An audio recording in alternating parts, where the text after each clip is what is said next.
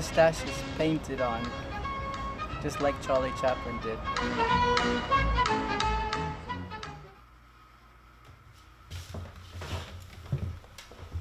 Hi there, I'm Pharaoh Kingsley. I'm going to talk to you about the time I came to Hollywood from 1982 till now and what I did while I was here. First off, I used to be able to see the Hollywood sign from my living room window, and I used to watch the TV show Fame. I told my mom that I was going to go to Hollywood and I was going to be on that show. She said, please don't. Well, I did. I got on the bus and I went to the Chinese theater and filled an application. I got this red jacket with a golden dragon on the back, some black dress pants, and some gloves, and some nice dress shoes. That was my costume, or my uniform, to work at the Chinese theater. The Chinese theater was my first working job. While I was working as doorman at the Chinese theater, the manager from the Hollywood Wax Museum came by to check the 3 Chinese wax figures that they used to have directors touch for good luck during a movie premiere. He wanted to see if they were dusted and looking fine, so he saw me and asked me would I be his Charlie Chaplin on the weekends. So I said sure. That was back in 1982, and that's how I began to work as Charlie Chaplin. During the Hollywood premieres, I met legends of Hollywood, and as Charlie Chaplin, I walked from the Chinese theater all the way down to Hollywood and Vine, and I saw another side of the boulevard, which I call the Boulevard of Broken Dreams.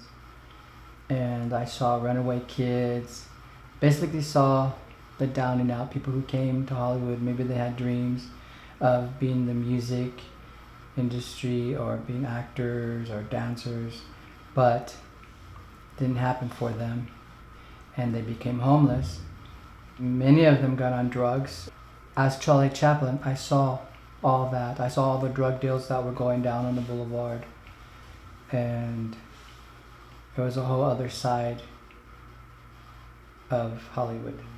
On the good side, there were tourists who were looking for stars and didn't really see any, but they saw us legends of Hollywood who worked for the Wax Museum. And every step that we took, cameras would go off like if we were the stars. And although I wasn't allowed to ask for them to take my photo or film me or ask for tips, I was allowed to accept tips and let them film me and take photos of me and with me. And so I experienced just a taste of what it was like to be famous as Charlie Chaplin. As the doorman at the Chinese theater, I seen people from all over the world, people I had never would never come across.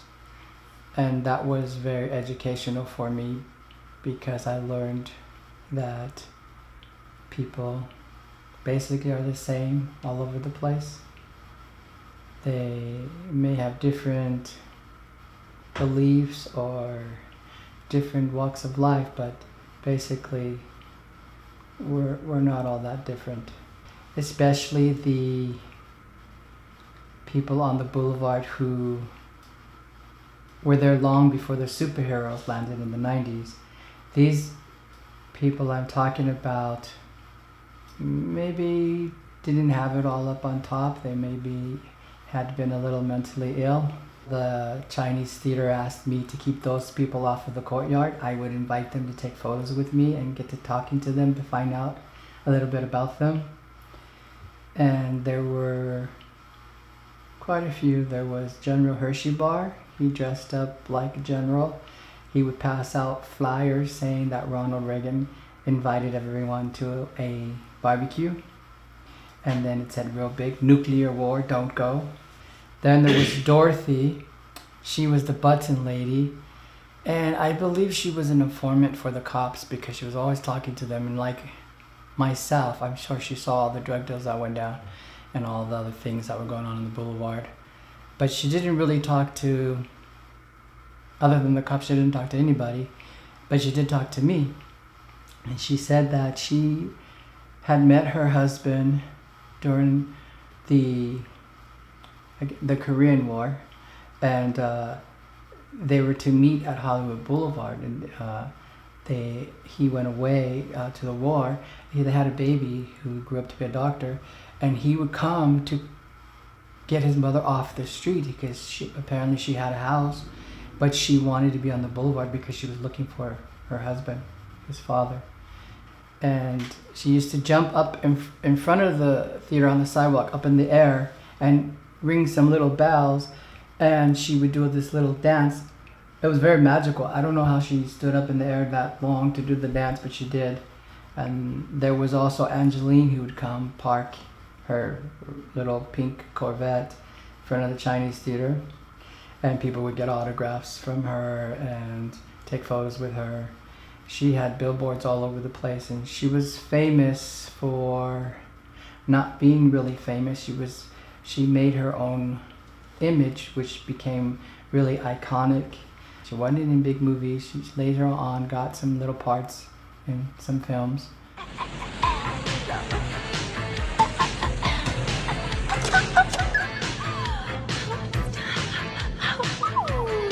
You're such a sweet. Oh, fight. But nowadays, you do see her once in a great while. But she doesn't go in front of Chinese theater anymore. And those were some characters that were back out there in the 80s. And I thought they were great. Even though many people thought they were crazy, I just thought they're just like everyone else. I always kept the Charlie Chaplin job on the weekends, but I wanted to work in the movie, so I started acting class at the Wilshire Theatre of Arts. Later, I got cast in Fame 3 episodes. Like I told my mother I was going to go to Hollywood and work on that show. I ended up working on 3 episodes of that show. The very last one was the show that I really liked working in. It was the finale, and I wanted it to go on. I don't know about the other actors. They were on it for a long time. I'm sure they were not so happy about it ending. I had to actually quit my job as doorman because the casting director's daughter, she insisted that I be in everything that they had. So I worked every day.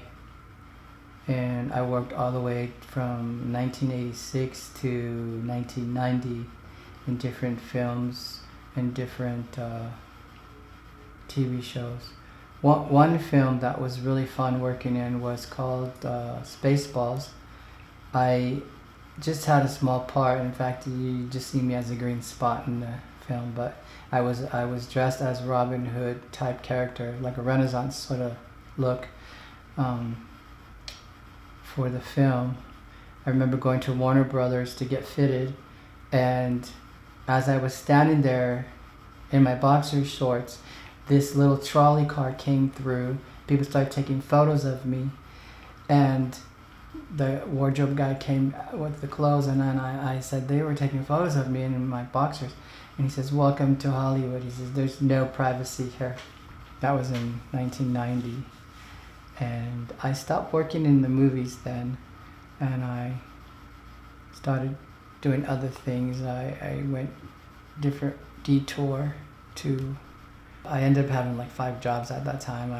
I still had the Charlie Chaplin job on the weekends, and I worked at the Hollywood Bowl. I worked at the Cinerama Dome. And I ended up working at El Capitan, and eventually I played King Tut at the Egyptian Theater from 1998 to 2008. What's your name? Arthur. Arthur, you work at the Egyptian. Yes, I do. That's amazing. And you used to work with him? I used to work here with Pharaoh at the Egyptian. When he was King Tut? I don't remember King Tut. When he was here, he mainly did Chaplin.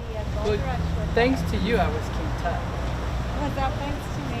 Yeah, I remember you having passing out those flyers. Oh, yeah. So, thank you. What years were you here? I started in 1998 when we first Okay, so it opened. was my first when I first got my Social Security, I think must have been like 18, my Social Security card, I put my wallet in my back pocket and I was on the bus and they got pickpocketed and they sold my identity. I was King Tut at the time and my boss never called me King Tut or by my real name. He'd say, "Hey Pharaoh, come here." So in 1998 I became Pharaoh Kingsley. So, between 2008 and today, what have you been doing? Absolutely nothing.